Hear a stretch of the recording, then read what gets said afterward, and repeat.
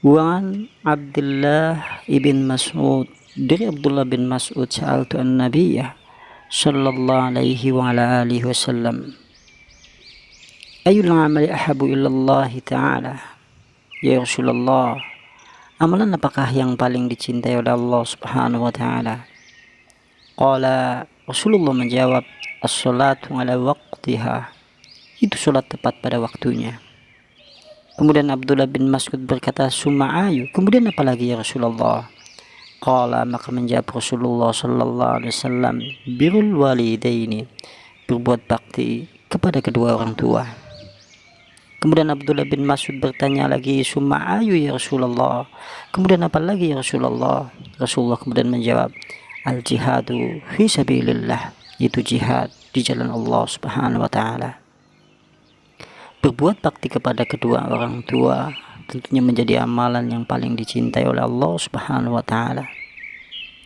Kalau seandainya kita melihat rumah kita dulu, rumah yang dulu pernah kita tempati bersama ayah dan ibu kita, mungkin kita akan melihat beranda rumah ataupun kursi yang dulu pernah ditempati oleh ayah ataupun ibu, tentunya akan menggoreskan kenangan tatkala dulu mereka berdua masih ada di dalam kehidupan dunia.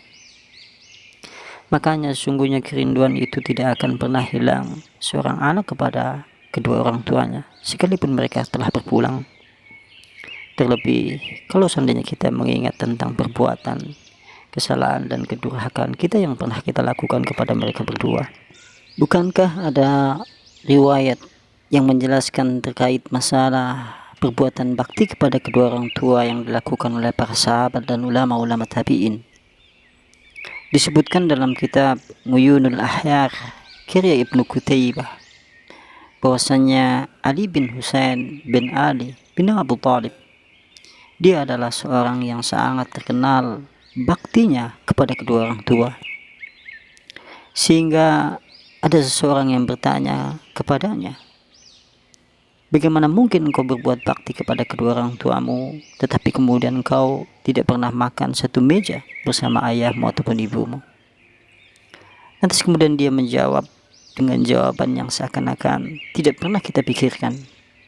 Kemudian dia menjawab, sesungguhnya aku tidak pernah makan bersama ayahku ataupun ibuku, karena aku takut mengambil makanan yang telah dilirik oleh ibuku ataupun ayahku, karena aku anggap itu adalah sebagai perbuatan durhaka.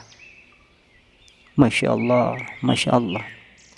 Cobalah lihat diri kita masing-masing, bagaimana kemudian perbuatan kita yang telah kita lakukan kepada mereka berdua. Kalau hari ini mereka telah berpulang, hanya lantunan doa, lantunan harapan kepada Allah subhanahu wa ta'ala agar mereka semuanya diampuni oleh Allah subhanahu wa ta'ala, agar mereka berdua juga dirahmati oleh Allah subhanahu wa ta'ala. Kalau seandainya hari ini mereka berdua masih hidup di dalam kehidupan dunia, artinya masih ada waktu kita semuanya menjadikan mereka adalah kunci-kunci surga, karena mereka adalah yaitu kunci-kunci surga yang ada di dalam belahan dunia yang tidak pernah mungkin akan hilang, baik tatkala mereka ada di dalam kehidupan dunia sampai kemudian mereka semuanya berpulang kembali kepada Allah Subhanahu wa taala. Dan juga diriwayatkan dalam riwayat yang lain, yaitu riwayat disebutkan oleh Ibnul Jauzi di dalam kitabnya. Ada seorang sahabat Rasulullah, Abdullah ibn Mas'ud. Suatu kali ia diperintahkan oleh ibunya untuk mengambilkan air minum.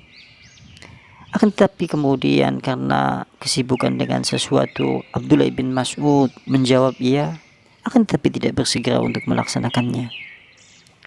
Begitu ingat ia akan perintah ibunya, kemudian ia mengambil air minum. Kemudian ia masuk ke kamar ibunya. Ternyata didapati ibunya telah tertidur. Setelah kemudian melihat keadaan yang seperti itu, kemudian Abdullah bin Mas'ud berdiri di sisi kepalanya sambil memegang air minum di tangannya sampai menjelang subuh. Karena ia menganggap kalau seandainya nanti ibunya terbangun dari tidurnya, dia tidak ada di sampingnya. Ia menganggap itu adalah sebagai perbuatan durhaka kepada orang tua. Masya Allah, Masya Allah.